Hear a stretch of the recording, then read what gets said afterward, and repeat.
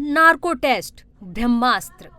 अपराधियों से सच उगलवाने के लिए कई बार पुलिस को और बाकी की जांच एजेंसियों को काफी कड़े हथकंडे अपनाने पड़ते हैं।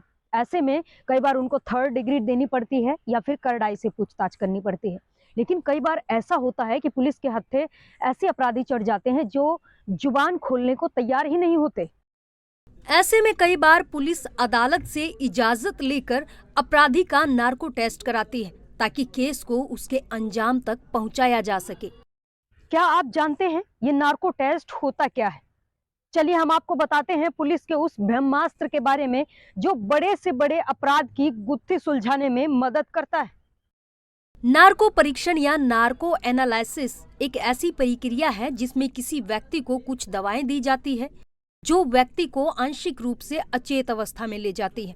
इस तकनीक का उपयोग मुख्य रूप से उन लोगों से छिपी हुई जानकारी निकलवाने के लिए किया जाता है जो नियमित पूछताछ के दौरान सहयोग करने के इच्छुक नहीं होते। जानकारों का मानना है कि जटिल मामलों को सुलझाने और महत्वपूर्ण सुरागों को उजागर करने के लिए नार्को एनालिसिस टेस्ट की जरूरत होती है। नार्को टेस्ट जो है ये डिटेक्शन और डिसेप्शन की कैटेगरी में आता है और इसकी कैटेगरी में ही पॉलीग्राफ और ब्रेन मैपिंग भी आते हैं। माना यह भी जाता है कि जब किसी अपराध की सच्चाई जाननी हो तो नार्को टेस्ट ये जानने में काफी मदद भी करता है। ये टेस्ट व्यक्ति को सम्मोहन यानी कि हिप्नोटिज्म की स्थिति में ले जाता है और व्यक्ति जानकारी देने से पहले सोचने समझने की स्थिति में नहीं रहता। आपको ये बात भी बता दें कि न्यायालय में नार्को टेस्ट की रिपोर्ट मान्य नहीं होती, लेकिन जांच एजेंसियां थर्ड डिग्री टॉर्चर के माननीय विकल्प के रूप में इसके इस्तेमाल की अनुमति लेती हैं।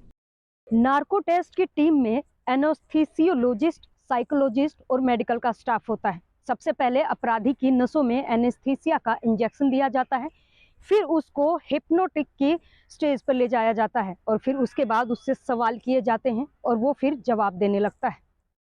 नार्को टेस्ट से पहले व्यक्ति का फिटनेस टेस्ट किया जाता है जिसमें लंग्स का टेस्ट होता है, हार्ट का टेस्ट होता है। वहीं नार्को टेस्ट के दौरान व्यक्ति की हिप्नोटिक स्टेज को मॉनिटर करने के लिए कुछ डिवाइसेस का इस्तेमाल किया जाता है। नार्को टेस्ट के लिए इस्तेमाल की जाने वाली दवा की डोज आरोपी के वजन पर निर्भर करती है। इस सीरम की डोज हर व्यक्ति के लिए अलग अलग हो सकती है और मॉनिटरिंग डॉक्टर असर को देखते हुए डोज कम या ज्यादा कर सकता है। होता क्या है कि जिस इंसान का नार्को टेस्ट होता है उसको जो दवाएं दी जाती हैं वो उसको हिप्नोटिक की स्टेज पर लेके जाती हैं। ऐसे में इंसान चाह कर भी झूठ बोल ही नहीं सकता और पूछे गए सवालों का गलत जवाब दे ही नहीं सकता।